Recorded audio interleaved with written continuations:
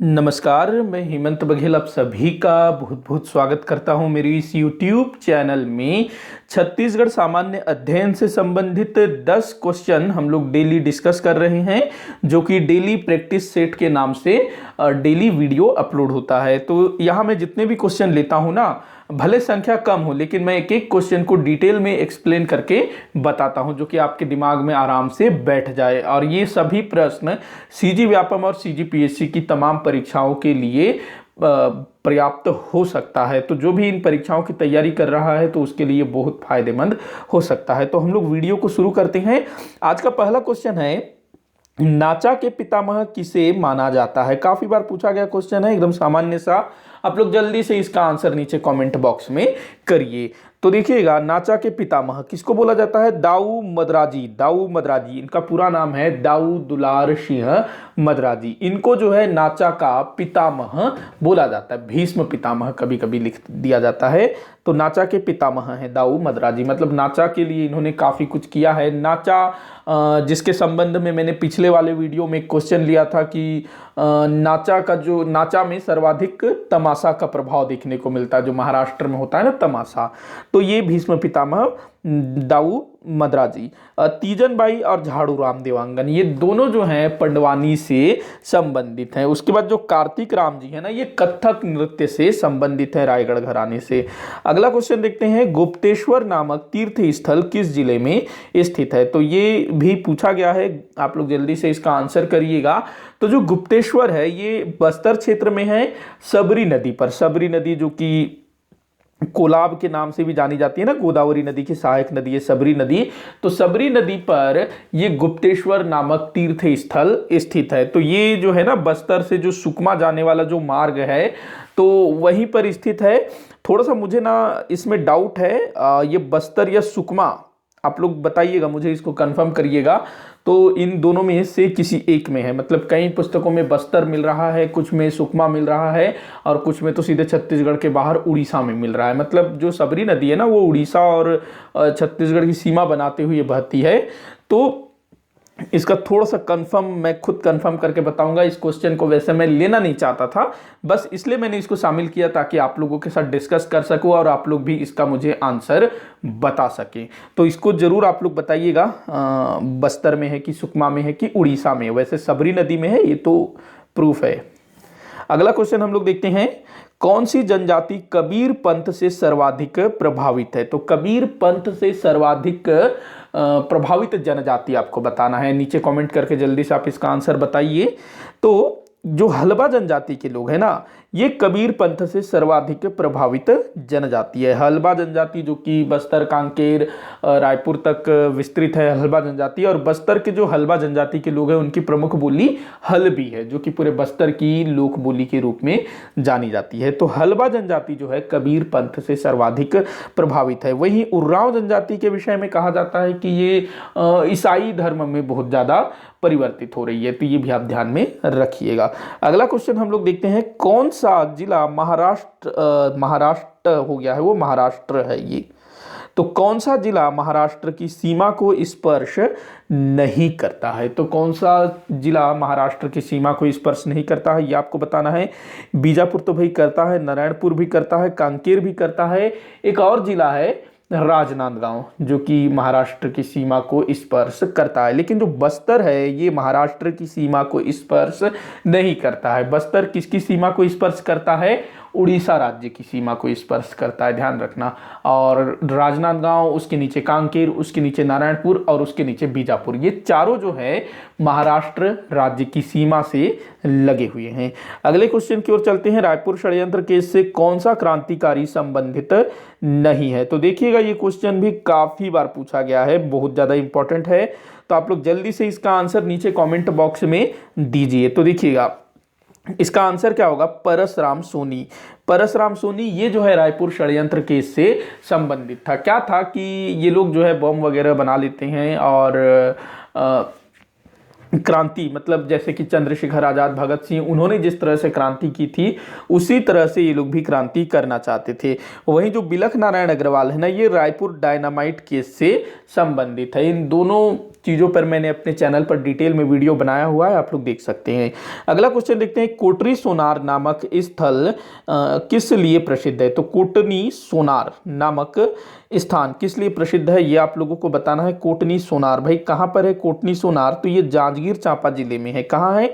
जांजगीर चांपा जिले में है कोटनी सोनार। तो किस लिए प्रसिद्ध है, जल्दी से कमेंट करके बताइए।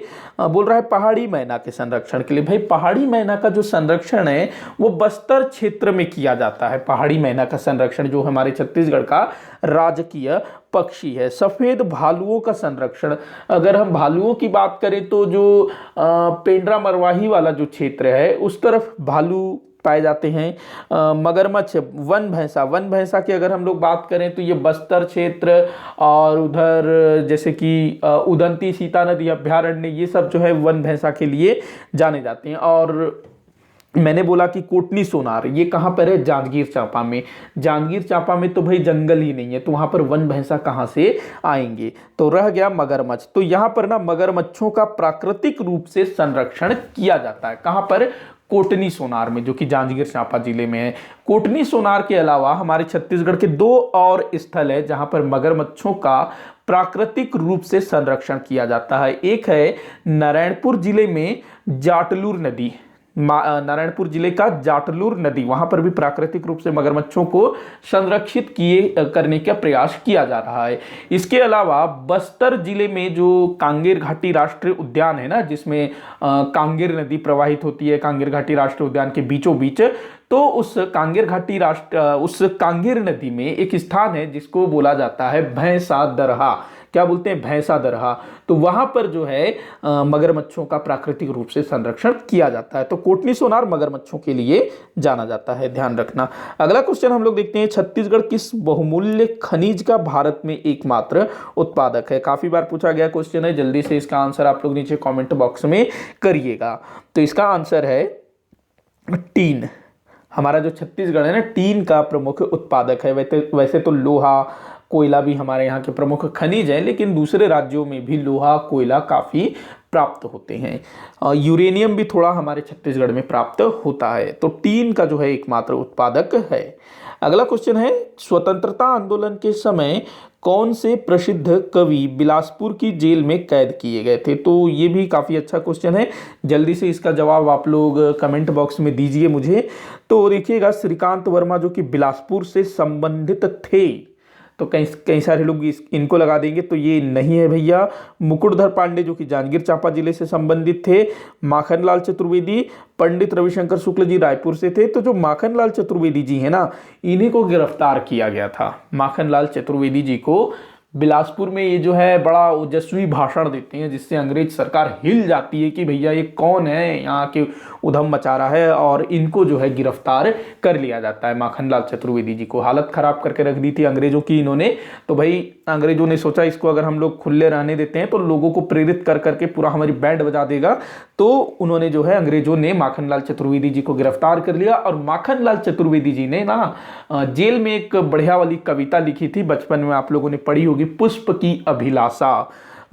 उसकी कुछ लाइनें मुझे याद है थोड़ा थोड़ा, कि जो पुष्प है, फूल है, जो फूल होता है ना पुष्प, वो अपनी अभिलाषा व्यक्त कर रही है कि मेरी क्या इच्छा है, मेरी क्या अभिलाषा है। तो फूल पुष्प बोल रही है इस कविता में कि हे वनमाली तुम मुझको तोड़ो। मतलब जो फूल है, पुष्प है, वो ये बोलता है कि मैं किसी मंदिर में चढ़ना मेरी अभिलाषा नहीं है, मतलब कि किसी मंदिर में किसी देवता की मूर्ति पर मुझे चढ़ाया जाए, मुझे इसकी अभिलाषा नहीं है। मुझे जो है कोई सुंदर युवती अपने बालों में लगाए, मुझे इसकी भी अभिलाषा नहीं है। मुझे जो है किसी बड़े आदमी के घर में सजाने के लिए ले जाया जाए, रखा जाए, मुझे उसकी भी अभिलाषा नहीं है। तो फूल ये सब चीज बोलते हैं। फूल बोलती है कि हे वनमाली तुम मुझे तोड़ना, और मुझे तोड़ करके उस राह में, उस पथ में ले जाकर के फेंक देना जहां से भारत माता के वीर सपूत भारत माता पर कुर्बान होने के लिए जा रहे हो, तो वो लोग जो है मेरे ऊपर से जाएंगे, तो मेरी ये इच्छा है बोल के उसमें जो है ऐसा इन्होंने लिखा। बड़ी अच्छी कविता है, आप लोग खोजिएगा और इसको पढ़िएगा, एकदम देशभक्ति से भरा हुआ, कि एक फूल, एक पुष्प अपनी अभिलाषा बता रही है कि मुझे बेकार की चीजें नहीं चाहिए, मुझे जो है वीरों के, जहां से वीर गुजरेंगे, वीर सपूत, वीर व्यक्ति जो मातृभूमि के लिए लड़ने जा रहे हैं, तो उनके राह में बिछा दो। या फिर बोलती है कि जो शहीद हो गए हैं तो उनकी जो मजार है, उनकी जो समाधि है, वहां पर ले जा करके मुझे चढ़ा दो, मेरी अभिलाषा ये है। तो बड़ी अच्छी कविता है, पढ़िएगा। चलिए आगे बढ़ते हैं। तो माखनलाल चतुर्वेदी जी। अगला है 9वां क्वेश्चन। स्वतंत्रता प्राप्ति के समय छत्तीसगढ़ में 6 जिले थे, निम्न में से कौन सा जिला उस समय गठित नहीं था? तो देखिएगा, अगर ये थोड़ा सा क्वेश्चन ना गलत हो गया है, देखिएगा स्वतंत्रता प्राप्ति के समय बोल रहा है ना, तो हमें स्वतंत्रता कब प्राप्त हुआ? 15 अगस्त 1947 को। तो 15 अगस्त 1947 को ना हमारे छत्तीसगढ़ में मात्र 3 जिले थे, 6 जिले नहीं थे। 3 जिले कौन कौन से थे भाई? रायपुर था, दुर्ग था, एक था बिलासपुर। रायपुर, दुर्ग और बिलासपुर था। बाद में ना लगभग 4.5-5 महीने के बाद जब छत्तीसगढ़ के 14 देशी रियासतों का विलय भारत संघ में हुआ, तब फिर 3 और नए जिलों का गठन हुआ। कब? वो 1 जनवरी 1948 को, 1 जनवरी 1948 को 14 देशी रियासतों का भारत संघ में विलय होता है, और उसके बाद फिर 3 नए जिलों का गठन होता है, जिसमें से एक बस्तर भी था। तो ये क्वेश्चन थोड़ा सा गलत है, लेकिन इस तरह से पूछा जाता है, तो आप लोग इसको थोड़ा सा ध्यान में रखना। अगर यहां पर इनमें से कोई नहीं, इस तरह का ऑप्शन होता, तो वो आपको लगाना हो सकता था। जहां तक अगर हम लोग इसको 1948 मान के चलें, तो उस समय की स्थिति में 6 जिले थे। कौन कौन से? रायपुर हो गया, दुर्ग हो गया, बिलासपुर। इस तो पहले से ही थे। 1948 में 3 जिले गठित हुए, बस्तर, सरगुजा और रायगढ़। और ये जो राजनांदगांव जिला है, ये तो बहुत बाद में बना, लगभग 1973 को गठित हुआ। तो ये इसका जो आंसर है ये लिया गया था, राजनांदगांव। तो इसको आप लोग ध्यान में रखना। तो ये थोड़ा सा क्वेश्चन ही मिस्टेक हो गया। अगला क्वेश्चन हम लोग देखते हैं, पंडित जवाहरलाल नेहरू स्मृति चिकित्सा महाविद्यालय किस जिले में स्थित है? तो ये आपको बताना है, जल्दी से कमेंट करके बताइएगा कि पंडित जवाहरलाल नेहरू चिकित्सा स्मृति चिकित्सा महाविद्यालय, नाम बड़ा अटपटा सा है ना पूरा हिंदी में, चिकित्सा महाविद्यालय, स्मृति चिकित्सा महाविद्यालय। तो कहाँ पर है भाई? ये रायपुर में है। और इससे संबंधित जो हॉस्पिटल है ना, मेकाहारा के नाम से जाना जाता है, मेडिकल कॉलेज हॉस्पिटल रायपुर जिसको बोलते हैं, तो उस महाविद्यालय का नाम क्या है? पंडित जवाहरलाल नेहरू चिकित्सा स्मृति चिकित्सा महाविद्यालय, जो मेडिकल कॉलेज है ना वो। तो ये ध्यान रखना। इसी के साथ आज का ये वीडियो यहीं पर समाप्त होता है। आप लोग मुझे कमेंट करके बताइएगा कि आपसे कितने क्वेश्चन सॉल्व हुए। किसी भी क्वेश्चन में कोई भी डाउट हो तो जरूर बताइएगा, ताकि मैं उसको सॉल्व कर सकूं। वीडियो को जितना हो सके आप शेयर कर दिया करिएगा। वीडियो अच्छा लगे तो लाइक भी जरूर करिएगा, उससे मुझे मोटिवेशन मिलता है। चैनल को सब्सक्राइब करिएगा। वीडियो को आखिर तक देखने के लिए बहुत बहुत धन्यवाद।